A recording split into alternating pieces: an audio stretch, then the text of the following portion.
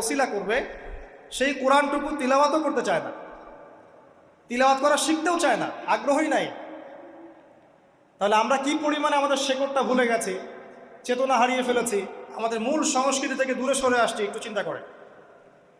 সামনে যাই, আল্লাহ রাব্বুল আলামিন বলছেন, এরপর সুন্দর আকৃতি দিয়ে আদমকে আমি ফেরেশতাদেরকে দিয়ে সেজদা করালাম। ফাসাজাদু, সবাই সেজদা করলো, প্রত্যেকটা ফেরেশতাই কি করলো? সেজদা করলো। ইল্লা ইবলিস, কে সেজদা করলো না? ইবলিস। ইবলিস সেজদা করলো না। ইবলিস কে ছিল? সে কিন্তু কোনো ফেরেশতা ছিল না, সে কিন্তু কোনো ফেরেশতা ছিল না, সে ছিল একজন জিন। কানা মিনাল জিন্নি, সূরা কাহফে আল্লাহ পাক বলেছেন কানা মিনাল জিন্নি, সে জিনদের একজন ছিল। ঠিক আছে, সে আল্লাহ রাব্বুল আলামিনের এত বেশি ইবাদত করেছিল যে আল্লাহ রাব্বুল আলামিন তাকে এক পর্যায়ে ফেরেশতাদের উপরে একটা দায়িত্বশীল বানিয়ে দিয়েছিল। ঠিক আছে, তো কিন্তু তার মনের ভিতরে একটা কেবর বা অহংকার ছিল, যে অহংকারের কারণে সে কিন্তু আল্লাহ পাকের এই নির্দেশটা পালন করলো না, লঙ্ঘন করলো। আমরা সামনে যাই, লাম ইয়াকুম মিনাস সাজিদিন, আল্লাহ পাক বলছেন সে সিজদাকারীদের অন্তর্ভুক্ত ছিল না। কে? ইবলিস। আচ্ছা, ক্বালা, আল্লাহ পাক এবার বলছেন মা মানাআকা আল্লা তাসজুদা ইয আমারতুক, আল্লাহ পাক বলছেন হে ইবলিস, কিসে তোমাকে নিষেধ করলো, কে তোমাকে বারণ করলো আদমকে সেজদা করতে, যাকে আমি সেজদা করার আদেশ করেছি? কি জন্য করলে না? সোজা কথায়, তুমি কি জন্য সেজদা করলে না আদমকে? মা মানাআকা, তোমাকে কে বারণ করলো? এবার ইবলিস তার দলিল পেশ করছে, সে বলছে যে ক্বালা আনা খায়রুম মিন, সে বলল আমি আদমের চাইতে উত্তম। আসসালাতু খায়রুম মিনান নাওম, এটা জানেন না? ঘুমের চেয়ে নামাজ উত্তম। ঠিক এভাবেই সে ইবলিস বলছে কি, আনা খায়রুম মিন, আমি তার চেয়ে উত্তম। কি কারণে উত্তম? খালাকতানি মিন নার ওয়া খালাকতাহু মিন তিন, হে আল্লাহ আপনি আমাকে সৃষ্টি করেছেন আগুন দিয়ে, জিনদেরকে কি দিয়ে সৃষ্টি করা হয়েছে? আগুন দিয়ে। ফেরেশতাদেরকে কি দিয়ে? নূর দিয়ে। তাহলে এখানে প্রমাণ হলো যে ইবলিস কিন্তু ফেরেশতা নয়। আমাকে সৃষ্টি করেছেন আগুন দিয়ে, ওয়া খালাকতাহু মিন তিন, এবং আদমকে সৃষ্টি করেছেন তিন মানে কাদামাটি দিয়ে। তার মানে আগুন কাদামাটির চেয়ে সুপিরিয়র, বেশি মর্যাদা সম্পন্ন, ওর মানে কেয়া আছে আর কি, এই কারণে সে সিজদা করল না। এবার আল্লাহ রাব্বুল আলামিন বলছেন ক্বালা ফাহবিত মিনহা, ইবলিস এখান থেকে নেমে যাও। এটা কোন জায়গা? একদম মহাকাশের উপরে না, নাকি পৃথিবীতে? এটা 7 আসমানের উপরের ঘটনা। ইতিহাস শুরু হয়েছে মহাবিশ্বে, মানুষের অস্তিত্বও ছিল না এমন একটা সময় চলে গেছে। মহাবিশ্বে কোটি কোটি বছর চলে গেছে যখন মানুষ বলতে কিচ্ছু ছিল না। ছিল না। অনেক পরে মানুষকে সৃষ্টি করা হয়েছে। তো এখন দুনিয়াতে মানুষের চলাচল দেখলে মনে হয় মহাবিশ্বে সে একাই আছে, আর কেউ নাই, তাই না? আচ্ছা, এটা দলিল কোরআনে আছে, সূরা দাহার 1 নম্বর আয়াত পড়ে দেখবেন, হাল আতা আলাল ইনসানি হাইনুম মিনাদ দাহরি লাম ইয়াকুন শাইআম মাযকুরা, আল্লাহ পাক বলছেন মানুষের উপরে এমন সময় চলে গেছে যে মানুষ কোনো আলোচ্য বিষয় ছিল না, উল্লেখযোগ্য কোনো বিষয় ছিল না। তো সভ্যতার শুরুর ঘটনা হচ্ছে এটা, মানে মানব সভ্যতার একদম শুরুর শেকড়ের ঘটনা হচ্ছে এটা, একদম শুরুর চেতনা, শুরুর সংস্কৃতি শুরু হচ্ছে এখান থেকে। এবার ইবলিস বলছে আমি সেজদা করব না, বিকজ আমি তার চেয়ে সুপিরিয়র। আপনি তাকে সৃষ্টি করেছেন মাটি দিয়ে, আমাকে সৃষ্টি করেছেন আগুন দিয়ে, আমি তাকে সেজদা করব না। সে আল্লাহ পাকের আদেশ লঙ্ঘনই করলো না, বরং আল্লাহকে উল্টা একটা যুক্তি দেখালো যে আপনি ভুল, আমি ঠিক। নাউজুবিল্লাহ, আপনি আমাকে আদমকে সেজদা করতে বলছেন, এটাই ভুল, বরং উচিত হচ্ছে ও আমাকে সেজদা করবে। নাউজুবিল্লাহ। তো সে কিন্তু আবা ওয়াস্তাকবার, সে উদ্ধত হলো এবং অহংকারও প্রদর্শন করলো। আল্লাহ পাক বলছেন ক্বালা ফাহবিত মিনহা, এখন এখান থেকে নেমে যাও। এই জান্নাতি বলেন আর ওই ঊর্ধ্ব জগতই বলেন, সেখান থেকে তোমরা নেমে যাও, তুমি নেমে যাও। ফামা ইয়াকুনু লাকা আন তাতাকাব্বারা ফিহা, এখানে দাঁড়িয়ে তুমি অহংকার করবে এই অধিকার তোমাকে দেয়া হয় নাই। সোজা কথায় আল্লাহ পাক বলছেন এখানে দাঁড়িয়ে তুমি অহংকার করবে এই অধিকার তোমাকে দেয়া হয়নি। আল্লাহ পাক অহংকারীকে পছন্দ করেন না। অহংকারীদেরকে আল্লাহ পাক কিয়ামতের মাঠে পিঁপড়ার মতো উঠাবেন, তাদের আকৃতি মানুষের সমানও হবে না, ছোট ছোট কালো পিঁপড়ার মতো হবে, এবং অন্ধকার ওদেরকে ঢেকে নিবে। তো আমাদের মনে যাদের অহংকার আছে, আল্লাহর ওয়াস্তে অহংকার ছেড়ে দেই। অহংকার ইলমেরও থাকতে পারে, একজনের অনেক বড় ইলমি ডিগ্রি সার্টিফিকেট আছে, অমুক ফারেক তমুক ফারেক, অমুক মুহাদ্দিস অমুক মুফাসসির, ডাবল ডিগ্রি, এটার অহংকার থাকতে পারে, ঠিক আছে। আবার অনেকের টাকা পয়সার অহংকার থাকে, অনেকের ক্ষমতার অহংকার থাকে, আবার এখনকার মেয়েদের সৌন্দর্যের অহংকার থাকে, থাকে না? এক এক মানুষের এক একটা অহংকার। অহংকারের ডেফিনেশনটা কি? একজন সাহাবী নবী সাল্লাল্লাহু আলাইহি ওয়াসাল্লামকে বলছেন, ইয়া রাসূলুল্লাহ, আমি পছন্দ করি আমার গায়ের পোশাকটা সুন্দর হোক, আমার জুতা সুন্দর হোক, ঠিক আছে, আমার সুগন্ধি ভালো হোক, দামি হোক। এটা কি অহংকারের পরিচয়? নবী সাল্লাল্লাহু আলাইহি ওয়াসাল্লাম বলছেন, না, এটা অহংকারের পরিচয় নয়। বরং অহংকারের পরিচয় হচ্ছে অন্য মানুষকে তুচ্ছ তাচ্ছিল্য করা, এক, আর দুই হচ্ছে সত্যকে প্রত্যাখ্যান করা। মনে থাকবে অহংকারের সংজ্ঞা কি? এক, অন্য মানুষকে তুচ্ছ তাচ্ছিল্য করা, আর দুই, সত্যকে প্রত্যাখ্যান করা। এখন সত্য কি? আইনস্টাইনের থিওরি সত্য, নাকি পিথাগোরাসের উপপাদ্যই সত্য, নাকি আমাদের পশ্চিমারা যে সেকুলারিজম, কমিউনিজম, ডেমোক্রেসি ইত্যাদি ইত্যাদি, ন্যাশনালিজম এগুলো দিয়ে দিয়েছে মতবাদগুলো, এগুলি চূড়ান্ত সত্য? সায়েন্সই কি চূড়ান্ত সত্য? চূড়ান্ত সত্যটা কি আসলে? এক কথায় সূরা কাহফের 29 নম্বর আয়াতে সত্যের সংজ্ঞা আছে। কত নম্বর আয়াতে? সূরা কাহফের 29 নম্বর আয়াতে আল্লাহ পাক বলছেন, ওয়াকুলিল হাক্কু মির রাব্বিকুম, হে নবী আপনি বলে দিন সত্য সেটাই, ন্যায় অন্যায়ের চূড়ান্ত মানদণ্ড সেটাই, হক বাতিলের চূড়ান্ত মানদণ্ড সেটাই। কোনটা? যেটা তোমার রবের পক্ষ থেকে নাজিল হয়। সুবহানাল্লাহ। আমাকে বলেন যে রবের পক্ষ থেকে কি নাজিল হয়েছে? একসময় তাওরাত নাজিল হয়েছিল না? ওটাই হক ছিল। ওই সময় কি ছিল? সেটাই হক ছিল। জাবুর ওই সময়ের কি ছিল? হক। ইনজিল ওই সময়ের হক ছিল। এখন কি আছে আমাদের কাছে? কোরআন, এবং এর ব্যাখ্যা হচ্ছে হাদিস। কিয়ামত পর্যন্ত কি অন্য কোনো শরীয়ত আসবে? অন্য কোনো নবী আসবে? কেউ যদি বলে যে অমুকে নবী হবে, সে কি মুসলিম না কাফের? তাহলে কোনো সন্দেহ আছে? যদি কেউ দাবি করে যে মুহাম্মদ সাল্লাল্লাহু আলাইহি ওয়াসাল্লাম শেষ নবী নন, আরও নবী আসতে পারে, নাউজুবিল্লাহ, এবং এই কুফরি আকীদায় বিশ্বাসীকে কেউ যদি কাফের মনে না করে, সেও কাফের হয়ে যেতে পারে। বুঝতে পারছেন? আসেন, তো অহংকারের সংজ্ঞাটা আমরা জেনে নিলাম যে সত্যকে প্রত্যাখ্যান করা, আল্লাহর ওহীকে প্রত্যাখ্যান করা, মানে কোরআন এবং সুন্নাহ থেকে সরে আসা, এটাকে মিথ্যা মনে করা, বা অন্য কোনো মতবাদকে কোরআন সুন্নাহর সমকক্ষ মনে করলেও কুফরি হয়ে যাবে। এরকম মনে করে অন্য একটা মতদর্শ, একটা দর্শন, একটা ফিলোসফিক্যাল থট বা একটা স্কুল অফ থট কোরআন সুন্নাহর চেয়ে ভালো নয়, কিন্তু কোরআন সুন্নাহর সমমানের, এটাও যদি কেউ মনে করে, কাফের। কথা কি বুঝতে পারছেন? এটা হচ্ছে অ্যাবসলিউট ট্রুথ, মানে এটা সত্যের একদম সর্বোচ্চ স্টেজ, এর উপরে আর কিছু নাই। ভুলে গেছিলেন ভাই? আচ্ছা, এবার আসেন, আমরা অহংকারের সংজ্ঞা জানলাম, সত্যের সংজ্ঞাও জানলাম। এখানে ইবলিস কি করছে? সে অহংকার প্রদর্শন করছে। সে আল্লাহকে বলছে আপনি ভুল, আমি ঠিক। আদমকে সে তুচ্ছ তাচ্ছিল্য করলো এবং সত্যকে প্রত্যাখ্যান করলো, দুটোই কিন্তু ইবলিস করলো এখানে। আসেন, আল্লাহ পাক বলছেন ফাখরুজ, এখান থেকে বের হয়ে যাও হতভাগ। ফাখরুজ মানে উখরুজ মানে বের হও, অতএব ফাখরুজ, এখান থেকে বের হয়ে যাও। ইন্নাকা মিনাস সাগিরিন, তোমার অহংকার করার কোনো সুযোগ নেই এখানে, তুমি তো ছোট পুত্র। ইন্নাকা মিনাস সাগিরিন, সাগির মানে কি? তুমি এখান থেকে, তুমি বের হয়ে যাও এখান থেকে, তুমি একজন ক্ষুদ্র সত্তা, তোমার এখানে অহংকার করার কিচ্ছু নাই। কলা, এবার ইবলিস বলছে, এই জায়গাগুলো খুব ভালো করে শোনেন, আমাদের লেকচারের আসল জায়গায় কিন্তু যাবে ওইদিকে। যদি আড়াইটা পর্যন্ত লেকচারটি কোনো সমস্যা আছে? আচ্ছা, তাহলে বসে থাকেন, খাওয়া দাওয়া করে আসছেন তো? আচ্ছা, কলা, এবার ইবলিস বলছে আনজিরনি, শোনেন, ইবলিস বলছে আনজিরনি, হে আল্লাহ আমাকে অবকাশ দিন। কি বলছে? আমাকে অবকাশ দিন। ইলা ইয়াউমি ইউবআসুন, যেই দিন আপনি কিয়ামত ঘটাবেন, যেই দিন সবাইকে পুনরুত্থিত করবেন, ওই দিন পর্যন্ত আমাকে অবকাশ দিন। সূরা বাকারায় আছে, অন্য সূরায় আছে, রব্বি আনজিরনি ইলা ইয়াউমি ইউবআসুন। ইবলিস বলছে হে আমার রব। কি বলছে ইবলিস? হে আমার রব। ইবলিস কি তাহলে আস্তিক না নাস্তিক? কথা বলেন, ইবলিস কি আস্তিক না নাস্তিক? আস্তিক। ইবলিস বলছে যে ইয়া রব্বি, রব্বি হে আমার রব, হে আমার প্রতিপালক। আল্লাহকে ইবলিস বলছে হে আমার প্রতিপালক, আনজিরনি আমাকে অবকাশ দিন, ইলা ইয়াউমি ইউবআসুন, কিয়ামত দিবস পর্যন্ত, বা যেদিন আপনি পুরো মানব জাতিকে উঠাবেন কবর থেকে, আবার ওই দিন পর্যন্ত আমাকে অবকাশ দিন।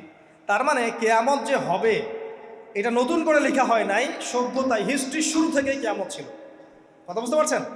ফেরেশতারাও জানতেন যে একদিন মহাবিশ্ব ধ্বংস হয়ে যাবে। যখন পৃথিবীতে মানুষকে পাঠানো হয়নি তার আগেই ফেরেশতারা জানতেন, আল্লাহ পাকের ইলমে ছিল এবং তিনি এটা ফয়সালা করে দিয়েছিলেন যে একদিন এই পুরো মহাবিশ্বই ধ্বংস হয়ে যাবে। ইবলিস আগে থেকে জানতো যে কিয়ামত হবে, এই জন্য সে বলছে আমাকে কিয়ামত পর্যন্ত অবকাশ দিন। আল্লাহ পাক এবার কি বলছেন দেখেন, ইবলিস আল্লাহর কাছে চাইলো, আল্লাহ পাক তাও তাকে ফেরত দিলেন না।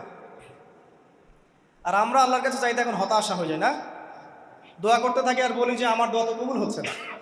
আর ইবলিস একটা জিনিস চাইলো, আল্লাহ পাক বললেন ক্বালা ইন্নাকা মিনাল মুনজারিন, যাও তুমি অবকাশপ্রাপ্তদের একজন, তোমাকে অবকাশ দেয়া হলো। এক কথায় তোমার দোয়া কবুল করা হয়েছে, তোমার অবকাশ তোমাকে দেয়া হলো, কারণ আল্লাহ পাক এটা পরীক্ষা করবেন ইবলিসকে দিয়ে, মানব জাতিকে। ক্বালা, এবার ইবলিসের চ্যালেঞ্জ শোনেন, এটাই আমাদের আজকের লেকচারের মূল পয়েন্ট। এই জায়গা থেকে ইবলিস চ্যালেঞ্জ করছে, কি চ্যালেঞ্জ করছে? ফাবিমা আগওয়াইতানি, হে আল্লাহ আপনি যে কারণে আমাকে বিচ্যুত করলেন, মানে আমি আমার যে কৃতকর্মের কারণে আপনার রহমত থেকে বঞ্চিত হয়ে গেলাম, ঠিক আছে, লাআকুদান্না লাহুম সিরাতাকাল মুস্তাকিম, আমি সেই আদমের এবং আদমের সন্তানের সরল পথে ওত পেতে বসে থাকবো। কথাটা ভালো করে বোঝেন, ইবলিস চ্যালেঞ্জ করলো কাকে? আল্লাহকে। যে কারণে আল্লাহ আপনি আমাকে বহিষ্কার করলেন, এখন আমি কি করব? আমি এই আদম সন্তানের সরল পথে, আপনাকে পাওয়ার এই পথের আনাচে কানাচে আমি ওত পেতে বসে থাকব। কি জন্য বসে থাকব? যাতে করে আমি আদম সন্তানকে বিচ্যুত করতে পারি। শুধু তাই নয়, সে আরও বলছে সুম্মা লাআতিয়ান্নাহুম, আমি শুধু বসেই থাকবো না, আমি আদম সন্তানের কাছে আসব। মিন বাইনি আইদিহিম, তার সামন থেকে আসব, ওয়া মিন খালফিহিম, আদম সন্তানের পিছন থেকে আসব, ওয়া আন আইমানিহিম, তার ডান দিক থেকে আসব, ওয়া আন শামাইলিহিম, তার বাম দিক থেকে আসব, ওয়ালা তাজিদু আকসারাহুম শাকিরিন, আল্লাহ পাক আপনি তাদের বেশিরভাগকেই শুকরগুজার পাবেন না। কথা কি ক্লিয়ার না? কোনো সমস্যা? ইবলিস কি চ্যালেঞ্জ করলো? আমি শুধু বসেই থাকবো না, ডান দিক থেকে আসব, বাম দিক থেকে আসব, সামন থেকে আসব, পিছন থেকে আসব, আমি আদম সন্তানকে পথভ্রষ্ট করেই ছাড়ব, আপনি আদম সন্তানের বেশিরভাগকে পথভ্রষ্ট পাবেন। ইবলিসের কথা কি বাস্তব প্রতিফলন দেখা যায় এখন সমাজে? বেশিরভাগ মানুষ নামাজ পড়ে না পড়ে না? বেশিরভাগ মানুষ সুদ খায় না খায় না? বেশিরভাগ যুব সমাজ জেনা করতেছে না করতেছে না? বেশিরভাগ লোক মাদক খাচ্ছে না খাচ্ছে না? পৃথিবীর কোনো জায়গায় আল্লাহর বিধান আছে কি নাই? দুই একটা জায়গায় আছে আইওয়াশ, শোডাউন। বেশিরভাগ নারী পর্দায় চলে না চলে না? বেশিরভাগ মানুষ রোজা রাখে না রাখে না? বেশিরভাগ মানুষ যাকাত দেয় কি দেয় না? তাহলে ইবলিস যে বলল আপনি বেশিরভাগকেই শুকরগুজার পাবেন না, বেশিরভাগ মানুষ পরকালের স্বার্থে কাজ করে না দুনিয়ার স্বার্থে কাজ করে? কতজন মানুষ আল্লাহ পাকের দ্বীনটাকে প্রচার প্রসার প্রতিষ্ঠার কথা বলে বা কোরআন সুন্নাহর কথাগুলো মেনে চলে? কতজন মানুষ? বেশিরভাগ লোক মেনে চলে। তাহলে ইবলিস কি সফল না ব্যর্থ? ইবলিসের চ্যালেঞ্জ কি সফল না ব্যর্থ? ইবলিসের কথা সে কিন্তু অক্ষর অক্ষরে পালন করেছে। আর এই ইবলিসকে আল্লাহ পাক কেন পৃথিবীতে নিয়েছেন? আমাদেরকে পরীক্ষা করার জন্য, যেন আমরা এই সর্বপথ থেকে বিচ্যুত না হই। সামনে যান, আরো কঠিন কথা আছে। ক্বাল আখরুজ মিনহা, আল্লাহ পাক বলছেন এখান থেকে বের হয়ে যাও, মাযউমান মাদহুরা, একদম অপদস্থ লাঞ্ছিত হয়ে এখান থেকে বের হয়ে যাও। লামান তাবিআকা মিনহুম, তুমি তো চ্যালেঞ্জ করলে আমাকে, ঠিক আছে, কিন্তু যে ব্যক্তি যেই তোমার অনুসরণ করবে, আল্লাহ পাকের কথা শোনেন, যেই তোমার অনুসরণ করবে, লাআমলাআন্না জাহান্নামা মিনকুম আজমাইন, যে পুরুষ বা নারী যেই হোক না কেন, যে আদম সন্তান ইবলিস তোমার অনুসরণ করবে, তোমার পথ ধরবে, আমি তোমাকে সহ এদের সবাইকে দিয়ে জাহান্নাম পূর্ণ করব। আল্লাহর কিচ্ছু যায় আসে না। আল্লাহ পাক যদি এই পুরো পৃথিবীটাকেও জাহান্নামে নিক্ষেপ করেন অবাধ্যতার কারণে, আল্লাহ পাকের কিছু যায় আসে? ওই যে আপনাদের এখানে নদী আছে না, কি বালাসী ঘাট, এখানে চর টর আছে না, চরের মধ্যে একটা বালুর কণার কি দাম আছে বলেন তো? একটা বালুর কণার কোন দাম আছে? এই পুরো মহাবিশ্বে পৃথিবীর অবস্থান এর চেয়েও কম। তো পুরো পৃথিবীর মানুষ যদি আল্লাহর অবাধ্য হয়, আল্লাহ পাক যদি পুরো দুনিয়াটাকেই ধ্বংস করে দেন, জাহান্নামে নিক্ষেপ করেন, আল্লাহ পাকের কিছু যায় আসবে কিনা? এবার আসেন, এখান থেকে আমরা বুঝতে পারলাম যে ইবলিস একটা তৃতীয় সত্তা। আল্লাহ পাক আদম আলাইহিস সালামকে সৃষ্টি করলেন, নাম শিক্ষা দিলেন, সেজদা করালেন, ইবলিসকে সেজদা করতে বললেন, সে করলো না। সে চ্যালেঞ্জ করলো উল্টা যে আমি ওর চেয়ে উত্তম, আপনি ভুল, আমি সঠিক। সে অহংকার করলো এবং একই সাথে সে আদমকে পথভ্রষ্ট করার চ্যালেঞ্জও করে বসল। আল্লাহ পাক ঘোষণা করলেন, যদি কোনো আদম সন্তান তোমাকে ফলো করে, তোমাকে সহ তাকে আমি জাহান্নামে নিক্ষেপ করব। ঠিক আছে এ পর্যন্ত? এবার সামনে আসেন। এবার আল্লাহ পাক আদমকে বলছেন, কাকে বলছেন? আদম আলাইহিস সালামকে বলছেন, ইয়া আদম, হে আদম। তার আগে আদম আলাইহিস সালামের বুকের পাঁজর থেকে কাকে সৃষ্টি করেছেন? হাওয়া আলাইহিস সালাম, সভ্যতার ইতিহাসের প্রথম নারী এবং ইতিহাসের সবচেয়ে সুন্দরী রমণী কে? হাওয়া আলাইহিস সালাম। আরেকজন আছেন সবচেয়ে সুন্দরী রমণী, কে? কে বলতে পারবেন? জি না, 100 টাকা পুরস্কার বলেন। হ্যাঁ, নাম কি? মাশাআল্লাহ, ওই ওকে পুরস্কার দিও। কি নাম তোমার? মাশাআল্লাহ, মাশাআল্লাহ। দ্বিতীয় সুন্দরী রমণী, দুজন রমণীকে বলা হয় পৃথিবীর সবচেয়ে সুন্দরী রমণী। আপনি যাদেরকে দেখে সিডিউস হচ্ছেন, যদিও এদেরকে দেখে সিডিউস হওয়ার কিছু নাই, কারণ এরা তো সুন্দর না, কোনো দিক থেকে সুন্দর না, না পোশাকের দিক থেকে, না চেহারার দিক থেকে, না ফিজিক্যাল স্ট্রাকচারের দিক থেকে। এদেরকে দেখে তো পাগলও সিডিউস হবে না। তো আদম আলাইহিস সালাম এবং আদম আলাইহিস সালামের স্ত্রী হাওয়া আলাইহিস সালাম এবং সারা আলাইহিস সালাম ইতিহাসের সবচেয়ে সুন্দর রমণী। ইতিহাসের সবচেয়ে সুন্দর রমণী কাদের স্ত্রী ছিলেন? নবীদের না অন্য কারো? এজন্যই বলি, আপনি যদি পবিত্র থাকেন, আল্লাহওয়ালা মানুষ হন, ইনশাআল্লাহ তাআলা আল্লাহ পাক আপনার ঘরে একজন নেককার, পুণ্যবতী, সুশ্রী স্ত্রী দান করবেন ইনশাআল্লাহ। আপনি যদি এইসব অশ্লীলতার গোলক ধাঁধায় পড়ে নিজের ঈমান হারিয়ে ফেলেন, চরিত্র হারিয়ে ফেলেন, সম্ভাবনা খুবই কম যে আপনি একজন দিনদার মেয়ে পাবেন। বরং আপনি এমন কাউকেই পেতে পারেন যে আপনার মতোই। ঠিক আছে? দেখবেন যে আপনি 10 ঘাটের পানি খেয়ে আসছেন, ও দেখবেন 12 ঘাটের পানি খেয়ে আসছে। আল্লাহ পাক আমাদের যুব সমাজকে হেফাজত করুন, আমিন। আল্লাহ পাক এবার আদম আলাইহিস সালামকে বলছেন, ইয়া আদম, হে আদম, উসকুন আনতা ওয়া যাওজুকাল জান্নাহ। আদম শোনো, তুমি এবং তোমার স্ত্রী দুইজন এখন জান্নাতে থাকো। কোথায় থাকো? জান্নাতে থাকো। ওয়া কুলা মিন হাইসু শি'তুমা, যেখানে ইচ্ছা সেখান থেকে খাবার খাও। জান্নাতের নাজ নেয়ামতের কথা তো আপনারা শুনেছেন অনেক, আমি ওইগুলো বলতে যাচ্ছি না, সময় চলে যাবে। যা ইচ্ছা তাই পাবেন সেখানে, যা ইচ্ছা তাই। এমন একটা জায়গা যেটা কখনো কোনো চোখ দেখে নাই, কোনো কান শোনেও নাই। চোখ না দেখলেও, কান না শুনলেও মানুষ মনে মনে অনেক কিছু কল্পনা করে না, এটা কল্পনাও করার সুযোগ নাই। এত উন্নত মানের একটা জায়গা।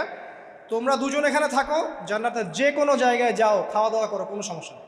কিন্তু ওয়ালা তাকরাবা হাদিহিশ শাজারা, মানে কি, এই যে গাছটা আছে, এই গাছের কাছে যেও না।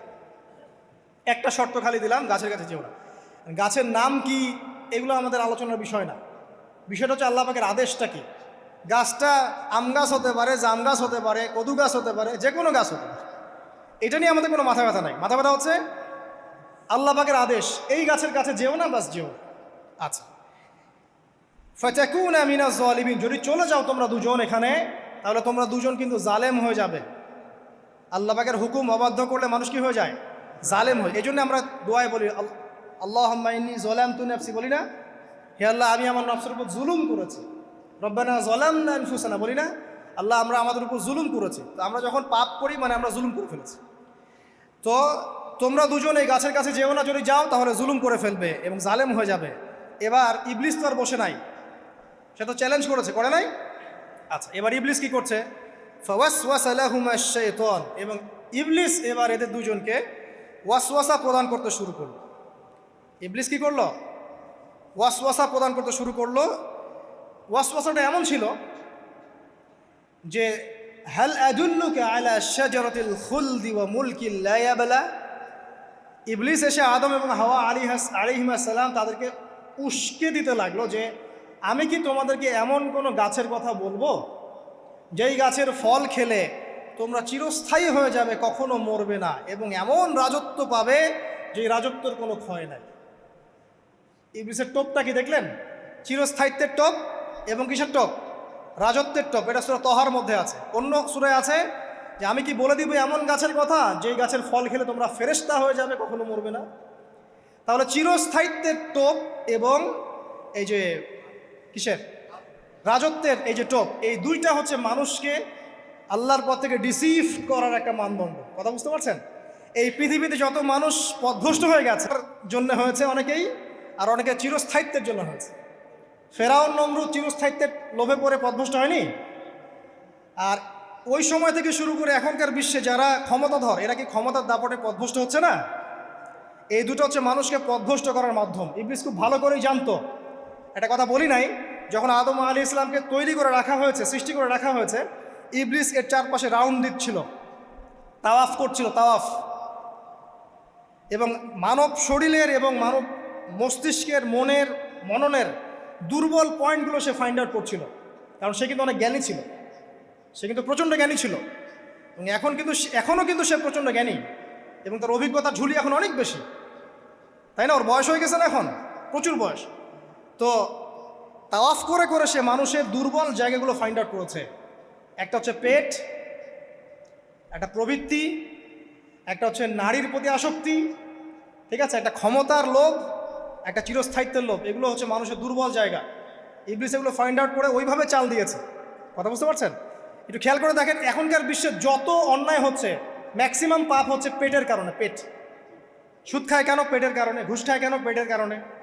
ইভেন যে এখন জেনা করছে ওদেরকে তো এখন যৌনকর্মী বলতে হয়, তাই না? সম্মান দিয়ে কথা বলতে হয়। তো যৌনকর্মী যারা, তারাও দেখবেন পেটের কারণেই করছে, পেটের কারণে। তারপর দেখবেন মানুষের সম্পদ আত্মসাৎ, ওই যে ছেলে মেয়ে বাল বাচ্চার জন্য। পেট মানে মূল জিনিসটা কি? পেট। এবং চিরস্থায়িত্ব, ক্ষমতার দাপট আর প্রবৃত্তির দাসত্ব, এগুলো হচ্ছে মানুষের সবচেয়ে দুর্বল পয়েন্ট। দেখবেন ম্যাক্সিমাম পাপ হচ্ছে মেয়েদের কারণে। মেয়েদের কারণে না? মেয়ের পিছনে, মেয়ের পিছনে আপনি চলে গেছেন, এখানে আত্মহত্যা করছে কেউ, কেউ এখানে আপনার জেনা করছে, কেউ ধর্ষণ করছে, কেউ পরকে লিপ্ত হচ্ছে। মানে মেয়েরই কোনো পাপ। ওই যে বলে না, দুইটা পাপ যাকে পেয়ে গেছে তার লাইফটা ক্র্যাশড। একটা হচ্ছে মেয়ে, একটা হচ্ছে টাকা। অর্থ সম্পদের লালসা যার মধ্যে পেয়ে বসেছে, এর জীবন শেষ। আর যার মেয়ের নেশা আছে, মেয়ের নেশা যার মধ্যে আছে, এর জীবন শেষ। একে আপনি হেদায়েতের পথে আনতে পারবেন না ইল্লা মাশা আল্লাহ, আল্লাহ পাক যদি না চান। আসেন, ইবলিস তাওয়াফ করছিল এবং সে কিন্তু টোপ দিল, চিরস্থায়িত্বের টোপ দিল। এবং কিসের টোপ দিল? ফেরেশতা হয়ে যাবে, অমর হয়ে যাবে। এবার আমাদের পিতামাতা আদম এবং হাওয়া আলাইহিস সালাম, তারা কিন্তু ফল খেয়ে ফেললেন। আর এটা এমন নয় একবার ওয়াসওয়াসা দিয়েছে বাস খেয়ে ফেলেছেন, এমন নয়। কন্টিনিউয়াসলি সেই কাজটা করেছে। একটা মানুষ যখন জেনা করে, ইবলিস কি একবার এসে বললেই কেউ জেনা করে ফেলে? আস্তে আস্তে কিন্তু মানুষ জেনার পথে যায়। ওই যে প্রথমে একদিন, অনেক দিন একটা লেকচার দিয়েছিলাম না, প্রথমে গার্লফ্রেন্ড বয়ফ্রেন্ড একটা সম্পর্ক হয়, তাই না? তারপর কথাবার্তা হয়, মোবাইল ফোন এক্সচেঞ্জ করে, নোট এক্সচেঞ্জ করে, কফি খায়, আস্তে আস্তে ডেটিংয়ে যায়, পরে দেখবেন এক পর্যায়ে গিয়ে জেনা। এভাবে। আর যারা ধর্ষক, এতে ডাইরেক্ট অ্যাকশন, এত সময় নাই, ডাইরেক্ট। তো ইবলিস প্রতিটা পাপ মানুষকে ধাপে ধাপে করায়। দেখবেন ইবলিস এখানেও কিন্তু আমাদের পিতামাতাকে ধাপে ধাপে ওইদিকে নিয়ে গিয়েছিল। এবার আসেন, আমাদের পিতামাতা ফল খেয়ে ফেললেন, এই জায়গাটা খুব ভালো করে বোঝেন। এই ফল খাওয়াটা আল্লাহর অবাধ্যতা না? আল্লাহ পাক বলেছিলেন না যে জালেম হয়ে যাবে? আল্লাহ পাকের অবাধ্য হলেন। অবাধ্যতার ফলাফলটা কি হলো এবার শোনেন। আমরা সবাই জানি অবাধ্যতার ফলাফল কি, আল্লাহ পাক জান্নাত থেকে নামিয়ে দিয়েছেন, তাই তো? এর আগে আরেকটা ফলাফল হয়েছে। এই ফলাফলের সাথে আমাদের বর্তমান সময়কার যে ইস্যুটা চলছে, পোশাক, নারী, সংস্কৃতি, হাবিজাবি, হ্যাঁ, বেহায়াপনা, বেলাল্লাপনা, এই ইস্যুটা এখানে জড়িত। এটা আমারও বুঝতে এবং খুঁজে পেতে সময় লেগেছে। আমরা সবাই পড়েছি স্টুডেন্ট লাইফে, আদম এবং হাওয়া আলাইহিস সালাম আদেশ লঙ্ঘন করেছেন, সাথে সাথে আল্লাহ পাক জান্নাত থেকে কি করেছেন? নামিয়ে দিয়েছেন। ইবলিসকেও নামিয়ে দিয়েছেন, তারপরে হায়াত দিয়েছেন, এখানে পরীক্ষা করছেন। এই তো এখানে আল্লাহ পাক দেখবেন আমাদের আমল কেমন, আমল ভালো হলে আবার জান্নাতে, খারাপ হলে আবার জাহান্নাম। কিন্তু এর আগেও একটা ঘটনা ঘটেছে। যে মুহূর্তে আমাদের পিতামাতা ফল খেয়েছেন গাছের কাছে গিয়েছেন, আল্লাহ পাকের আদেশটা লঙ্ঘন করেছেন, সাথে সাথে তাদের গায়ের পোশাকটা খুলে পড়ে গেছে। আমি বুঝাতে পারি নাই?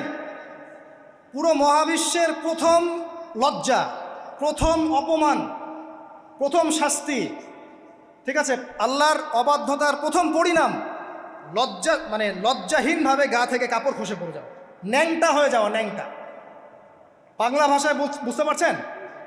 প্রথম শাস্তি, প্রথম অবাধ্যতা, এবং প্রথম অবাধ্যতার পরিণতি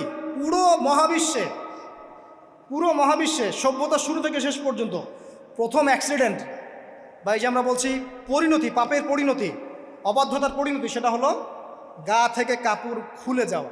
এই কথা আল্লাহ পাক বলছেন এখানে, লিয়ুবদি লাহুমা মা উরিয়া আনহুমা মিন সাওআতিহিমা।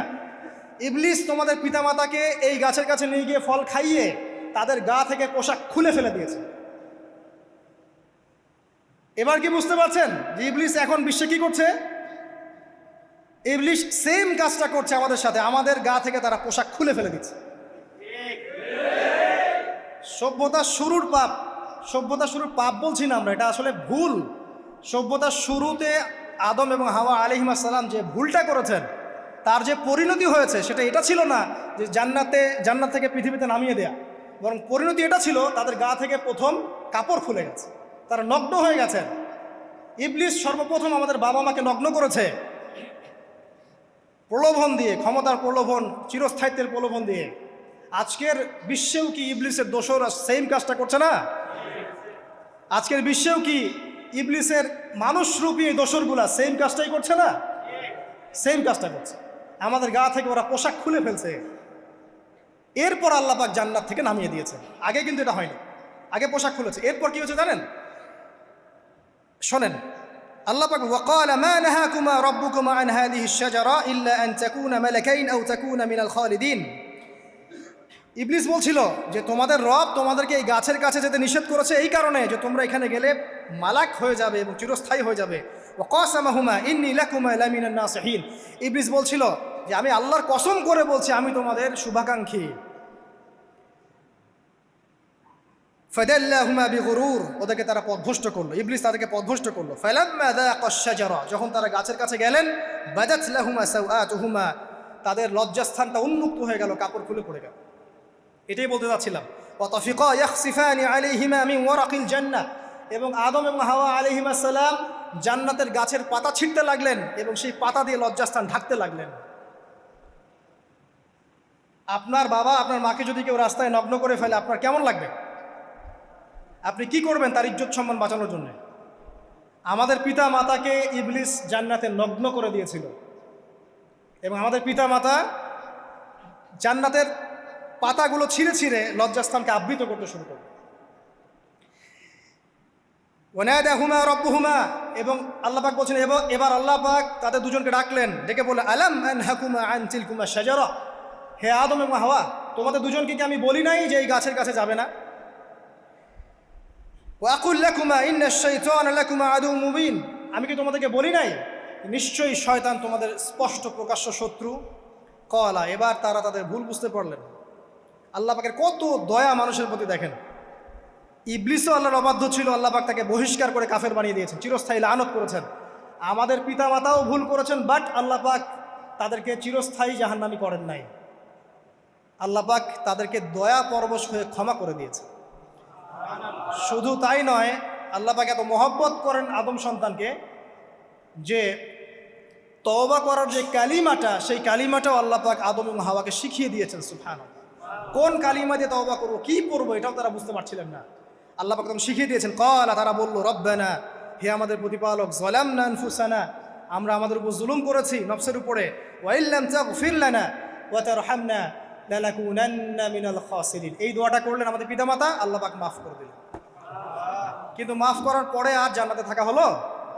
এই পৃথিবীতে নামিয়ে দেওয়া। পৃথিবীতে নামিয়ে দেওয়ার পরে একটা হায়াত দেওয়া হলো, কারো 50, 60, 70, 100, 200, 500, 1000 ইত্যাদি, এবং আল্লাহর পক্ষ থেকে ঐশী গ্রন্থ পাঠানো হলো, কখনো তাওরাত, কখনো জাবুর, কখনো ইনজিল ইত্যাদি, কখনো কোরআন। শর্ত দেয়া হলো যারা আল্লাহ পাকের এই ঐশী গ্রন্থগুলো মেনে চলবে তারা ইনশাআল্লাহ আবার মৃত্যুর পর সেই জান্নাতে ফিরে যাবে যেখান থেকে তারা বহিষ্কৃত হয়েছে। আর যে বা যারাই আল্লাহ পাকের এই আয়াত, নিদর্শন এবং ঐশী গ্রন্থগুলোকে অস্বীকার করবে, এটাকে মিথ্যা প্রতিপন্ন করবে, আল্লাহ পাক এদের সবাইকে দিয়ে জাহান্নাম পূর্ণ করবে ইনশাআল্লাহ তাআলা। আল্লাহ পাক এটাও বলেছেন যে আল্লাহ পাক ওয়ালাকাদ যারানা লি জাহান্নামা কাসীরাম মিনাল জিন্নি ওয়াল ইনস, আল্লাহ পাক বহু মানুষ আর জিনকে দিয়ে জাহান্নাম পূর্ণ করবেন।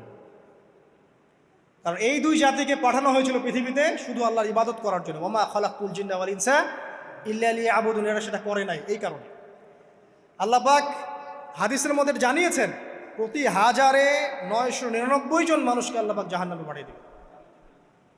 তবে বেশিরভাগ জান্নাতি হবে এই উম্মতে মুহাম্মাদের মধ্যে। এবার শোনেন,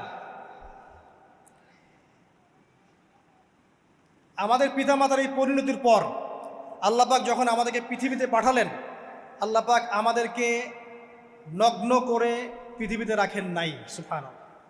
আল্লাহ পাক আসমান থেকে লিবাস পাঠিয়েছেন। এই যে সমাজ বিজ্ঞানের বইগুলোতে লেখা আছে না, মানুষ আগে নগ্ন ছিল, গাছের ছালপাতা পরে থাকতো, তারপরে বন্যপ্রাণী শিকার করতো, গুহায় গুহায় থাকতো। বোগাস, মিথ্যা, বাজে কথাগুলো, একদম টোটাল মিথ্যা কথাগুলো। আল্লাহ রাব্বুল আলামিন সভ্যতা শুরু করেছেন নবী দ্বারা, সভ্যতা শেষও করবেন নবী দ্বারা। প্রত্যেক যুগে যুগে সভ্যতার ধারক এবং বাহক ছিলেন নবীগণ। আর আদম আলাইহিস সালাম পৃথিবীতে আসার পর নগ্ন হয়ে থাকেন নাই। আল্লাহ পাক আসমান থেকে লেবাস পাঠিয়েছিলেন। সুবহানাল্লাহ। আল্লাহ পাক আমাদেরকে নগ্ন করে রাখেন নাই। এবার দেখেন আল্লাহ পাক কি বলছেন, ইয়া বানি আদম। আচ্ছা আসেন, ইয়া বানি আদম, হে বনু আদম। কাদেরকে বলছেন? আমাদেরকে। কদ আনজালনা আলাইকুম লিবাসান ইউআরি সাওআতিকুম ওয়া রিশা। হে বনু আদম, আমি তোমাদেরকে নগ্ন ছেড়ে দিচ্ছি না, আমি তোমাদের জন্য লেবাস আর পোশাক পাঠাচ্ছি, যেই পোশাক দিয়ে তোমরা তোমাদের লজ্জাস্থানকে আবৃতও করবে এবং সৌন্দর্য বর্ধন করবে। এটা করছি না আমরা এখন? আচ্ছা, ওয়া লিবাসুত তাকওয়া যালিকা খায়র। আর তাকওয়ার লেবাস, তাকওয়ার পোশাকটা হচ্ছে সবচেয়ে উত্তম। যেমন দেখেন, আমাদের সতর কি এই নাভির উপর থেকে হাঁটুর নিচ পর্যন্ত না? তাই বলি কি আমরা সবাই এভাবেই ঘুরি? এটা সর্বনিম্ন একটা স্কেল, তাই না? এর উপর আপনি জুব্বা পরছেন, পাগড়ি পরছেন, টুপি পরছেন, বা আপনি হয়তো আরও ঢিলেঢালা কোনো পোশাক পরছেন। এই পোশাকটাকে বলা হচ্ছে তাকওয়ার পোশাক। ওয়া লিবাসুত তাকওয়া যালিকা খায়র। এটা আরও উত্তম। একজন মেয়ের, অনেক আলেম বলছেন যে চোখ, এই চোখটুকু ঢেকে বের করে দেখ দুনিয়া কে কিসি বলছে না? অনেকে বলেছেন কিনা? কিন্তু এটাও যদি কেউ সামনে জিলবাব দিয়ে ঢেকে রাখে তাহলে কি উত্তম নয়? পর্দার ক্ষেত্রে উত্তম নয়? তো লিবাসুত তাকওয়া যালিকা খায়র, তাকওয়ার যে পোশাক সেটা আরও উত্তম বেশি। নর্মালি তো পোশাক দিয়েছি, তাকওয়ার পোশাক সবচেয়ে উত্তম বেশি। আল্লাহ পাকের একটা সতর্কবাণী শোনেন এবার। যালিকা মিন আয়াতিল্লাহ, এই পোশাকটা আল্লাহ পাকের নিদর্শন। পোশাকটা কি? আল্লাহ পাকের নিদর্শন। লাআল্লাকুম ইয়াযাক্কারুন, যাতে করে তোমরা স্মরণ করতে পারো। কি স্মরণ করব? ওই যে আমাদের পিতামাতাকে নগ্ন করে দিয়েছে ইবলিস, এটা মনে রাখতে পারো তোমরা, এটা আল্লাহ পাকের নিদর্শন। ইয়া বানি আদম, হে বনু আদম, লা ইয়াফতিনান্নাকুমুশ শাইতান। এবার শোনেন, আল্লাহ পাক আমাদেরকে বলছেন, হে বনু আদম, লা ইয়াফতিনান্নাকুমুশ শাইতান, শয়তান যেন আবার তোমাদেরকে ফিতনায় ফেলতে না পারে। পৃথিবীতে তোমরা থাকবে, শয়তানের বহু দোসর তোমাদের সামনে থাকবে, ডানে বামে, যে ডান থেকে আসবে, বাম থেকে আসবে, হ্যাঁ, সামন পিছন থেকে আসবে, মিডিয়ার মধ্যে দিয়ে তোমাদের ঘরে ঘরে ঢুকে যাবে শয়তানের দোসর। লা ইয়াফতিনান্নাকুমুশ শাইতান, শয়তানের দোসররা যেন তোমাদেরকে ফিতনায় ফেলতে না পারে। কে বলছেন? আল্লাহ পাক বলছেন। কিরকম ফিতনা? কামা আখরাজা আবাওয়াইকুম মিনাল জান্নাহ, ঠিক যেভাবে শয়তান তোমাদের পিতা মাতাকে জান্নাত থেকে বের করে দিয়েছিল, ওই রকম ফিতনায় যেন ফেলতে না পারে। ঠিক আছে? ওয়ায়ানজিউ আনহুমা লিবাসাহুমা, এবং শয়তান তোমাদের পিতা মাতার লেবাস খুলে ফেলেছিল, নগ্ন করে দিয়েছিল, নগ্নতা, বেহায়াপন, অশ্লীলতা শিখিয়েছিল, ওইদিকে ধাবিত করতে চেয়েছিল। শয়তানের দোসররা যেন এটা করতে তোমাদের সাথে না পারে। সতর্ক থাকবে। লিউরিয়াহুমা সাওআতিহিমা, যাতে করে তোমাদের লজ্জাস্থানটা উন্মুক্ত হয়ে যায়। ইন্নাহু ইয়ারাকুম, নিশ্চয় শয়তান তোমাদের সবাইকে দেখতে পায়। হুয়া ওয়া কাবিলুহু, সে এবং তার পুরো কবিলার লোকজন, মিন হাইসু লা তারাউনাহুম, এমন জায়গা থেকে যে জায়গা তোমরা দেখতে পারো। আর শয়তান এবং তার অনুসারী যারা আছে, হোক মানুষ আর জিন, তারা তোমাদেরকে দেখতে পারে এমন জায়গা থেকে যা তোমরা দেখো না। আমরা যারা এই বিশ্বে আছি, আমরা সবাই এখন খেলার পুতুলের মতো খেলছি। যারা নিয়ন্ত্রণ করে বিশ্ব, এদেরকে কেউ দেখতে পারে না। এরা মানুষ শয়তান। কথা বুঝতে পারছেন? আর এমনি জিন শয়তান যারা আছে, এদেরকে তো আমরা দেখতে পারি না, অনেক দূর থেকে তারা আমাদেরকে দেখতে পারে। আল্লাহ পাক সতর্ক করছেন এটা। ইন্না জাআলনা আশ-শায়াতিন আউলিয়া লিল্লাযিনা লা ইউমিনুন, শোনেন, নিশ্চয়ই যারা আমার প্রতি ঈমান আনে না বা আমার অবাধ্য হয়, আমার আদেশ মানে না, তাদের সাথে আমি শয়তানকে বন্ধু বানিয়ে দিয়েছি। এবার বুঝলেন কেন বললাম এরা মানুষ শয়তান? বিকজ এদেরকে আল্লাহ পাক শয়তানের বন্ধু বানিয়ে দিয়েছেন। এটা শয়তানের বন্ধু। অন্য সূরায় আছে, শয়তান, জিন শয়তান মানুষ শয়তানকে ওহী করে। জিন শয়তান মানুষ শয়তানের মাথায় এসব বুদ্ধি ঢালে। এই শয়তানি বুদ্ধিগুলো শয়তান মানুষের মাথায় ঢালে, মানে মানুষ মাথাটা আগে সে রিড করেছে কাকে কোন দিক দিয়ে রিসিভ করা যাবে, ঠিক আছে। আচ্ছা, এরপরে আরো আল্লাহ পাক বলছে ওয়াইদা ফাআলু ফাহিশাতান, তারা যখন কোনো ফাহেসা কাজ করে, নোংরা বেহায়ার মতো কাজ করে, ক্বালু, তারা বলে ওয়াজাদনা আলাইহি আবানা, এরকম করেই আমরা আমাদের পিতা মাতাদেরকে পেয়েছি। মানে যুগ যুগ ধরে এই সংস্কৃতি চলে আসছে, নগ্নতার সংস্কৃতি, বলে না? কথা বুঝতে পারছেন না? এই কথাই তারা বলে যেটা কোরআনে আছে। আল্লাহ পাক বলছেন ক্বালু ওয়াজাদনা আলাইহি আবানা, তারা বলে আমাদের পিতৃপুরুষদেরকে আমরা হাজার বছর থেকে দেখেছি এইভাবেই ড্রেস আপ করতে, এমনি ব্লাউজ ছাড়া শাড়ি পরতে দেখেছি আমরা, এমনি দেখেছি পেট বের করে চলতে, এমনি দেখেছি এই শর্ট কামিজ পরে চলতে, নগ্ন হয়ে চলতে। এখন তো বিকিনি সংস্কৃতি আসে এবং এটা মুভমেন্ট চলছে, মানে মানুষের দেহ থেকে কাপড় খুলে ফেলার মুভমেন্ট, আন্দোলন শুরু হয়েছে, ঠিক আছে। এবং দোহাই হচ্ছে আমরা হাজার বছর থেকে এমনিই চলছে। এই যে আল্লাহ পাক বলছেন ক্বালু ওয়াজাদনা আলাইহি আবানা, আমরা এর উপরে আমাদের পিতা মাতাদেরকে পেয়েছি। ওয়াল্লাহু আমারানা বিহা, এরা আরো বলে আল্লাহ আমাদেরকে এই আদেশ করেছেন, নাউযুবিল্লাহ। আল্লাহ বলছেন আল্লাহ পাকের আদেশ কি? কুল ইন্নাল্লাহা লা ইয়া'মুরু বিল ফাহশা, নিঃসন্দেহে আল্লাহ পাক কোনো ফাহেসা কাজের আদেশ করতেই পারেন না, পারেন? নিঃসন্দেহে আল্লাহ পাক কোনো ফাহেসা, বেলাল্লাপনা, বেহায়ার মতো কোনো আদেশ, বেহায়াপনার কোনো কাজের আদেশ করতে পারেন না। আতাকুলুনা আলাল্লাহি মা লা তা'লামুন, তোমরা কি আল্লাহ সম্পর্কে এমন কথা বলছো যেই কথা তোমরা জানো না? এই পর্যন্ত থাক, এবার আসেন বাস্তবতায় আস। এতটুকু যে আমরা হিস্ট্রির সূচনার কথাগুলো বললাম, এখানে আপনারা কিন্তু প্রথম একটা দলিল পেলেন মানুষের দেহ থেকে পোশাক খুলে ফেলে। এরপর আমি পুরো কোরআনটা ঘাটার চেষ্টা করেছি, আদম আলাইহিস সালাম থেকে শুরু করে মুহাম্মদ সাল্লাল্লাহু আলাইহি ওয়াসাল্লাম পর্যন্ত হাজার হাজার শতাব্দী চলে গেছে, যাই নাই? হাজার হাজার বছর চলে গেছে, বহু জাতি এসেছে, বহু জাতি চলেও গেছে। আমরা কি প্রথম জাতি নাকি? এর আগে কত জাতি পৃথিবীতে এসেছে, চলেও গেছে, গেছে না? আচ্ছা, কোরআন ঘেটে ঘেটে ক্লান্ত হয়ে যাওয়ার পর আমরা এমন কোনো জাতি পাচ্ছি না যাদের কথা আল্লাহ পাক বলেছেন যে আমি তাদেরকে ধ্বংস করেছি অশ্লীলতার কারণে বা এই আপনার বেলাল্লাপনার কারণে বা ফাহেসা কাজের কারণে। সরাসরি এই একটা কারণ দেখে আল্লাহ পাক কোনো কওমকে ধ্বংস করেছেন খুব রেয়ার, খুঁজে পাওয়া যাচ্ছে না। শুধু 3টা জায়গা বের করতে পেরেছি। কটা জায়গা? 3টা। 1 নম্বর দেখেন, আদম আলাইহিস সালাম পরে নূহ আলাইহিস সালাম না, এই জাতিটাকে আল্লাহ পাক ধ্বংস করেছেন না? এই ধ্বংসটাকে আল্লাহ পাক এই বেপরদামির কারণে করেছেন, অশ্লীলতার কারণে করেছেন, পোশাকের অপসংস্কৃতির কারণে করেছেন? করেন না, শিরকের কারণে করেছেন। কি কারণে? শিরক। আল্লাহ পাক সবাইকে ডুবিয়ে মেরেছেন, কিন্তু ওরা যে নগ্ন পোশাক পরে রাস্তাঘাটে চলাফেরা করতো এই কথাটা কিন্তু আল্লাহ পাক বলেন না। তার মানে ওদের পাপ এটা ছিল না। এরপর ইব্রাহিম আলাইহিস সালামের কওম কি এই কারণে ধ্বংস হয়েছে? অশ্লীলতার কারণে ধ্বংস হয়েছে? বেহায়াপনার কারণে ধ্বংস হয়েছে? নগ্নতার সংস্কৃতির অপচর্চার কারণে ধ্বংস হয়েছে?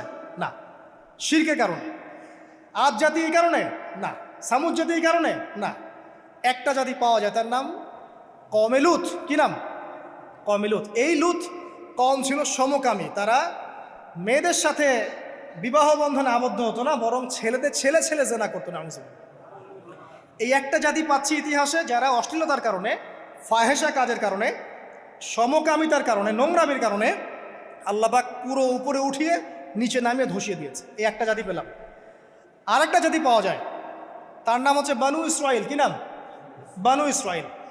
আল্লাহ রাসূল সাল্লাল্লাহু আলাইহি ওয়াসাল্লাম বলছেন যে তোমরা দুনিয়া থেকে বেঁচে থাকো এবং নারীর ফিতনা থেকে বেঁচে থাকো। কারণ বানু ইসরাইল মানে মূসা আলাইহিস সালামের যে কওম ছিল, এই কওমের মধ্যে প্রথম ফিতনা দেখা দিয়েছিল মেয়েদের ব্যাপারে। এই একটা পেলাম যে মেয়েদের কারণে, বেহায়াপনার কারণে, অশ্লীল পোশাকের কারণে, নগ্নতার কারণে একটা সভ্যতাকে আল্লাহ পাক শাস্তি দিয়েছে। 2টা পাওয়া গেল, ঠিক আছে? 1, 2, একটা লূত, একটা হচ্ছে বানু ইসরাইল, ঠিক আছে? আর একটা পাওয়া যায় এটা জোর করে, সেটা হলো নবী মুহাম্মদ সাল্লাল্লাহু আলাইহি ওয়াসাল্লাম নবী হওয়ার ঠিক আগের সময়টা, যেটাকে আমরা কি বলি আইয়ামে জাহিলিয়াত। ওই সময়ে মেয়েদের জেনাটা ব্যাপক ছিল, ব্যভিচারটা ব্যাপক ছিল, পরকীয়াও ছিল, বৈবাহিক তেমন কোনো অধিকার ছিল না।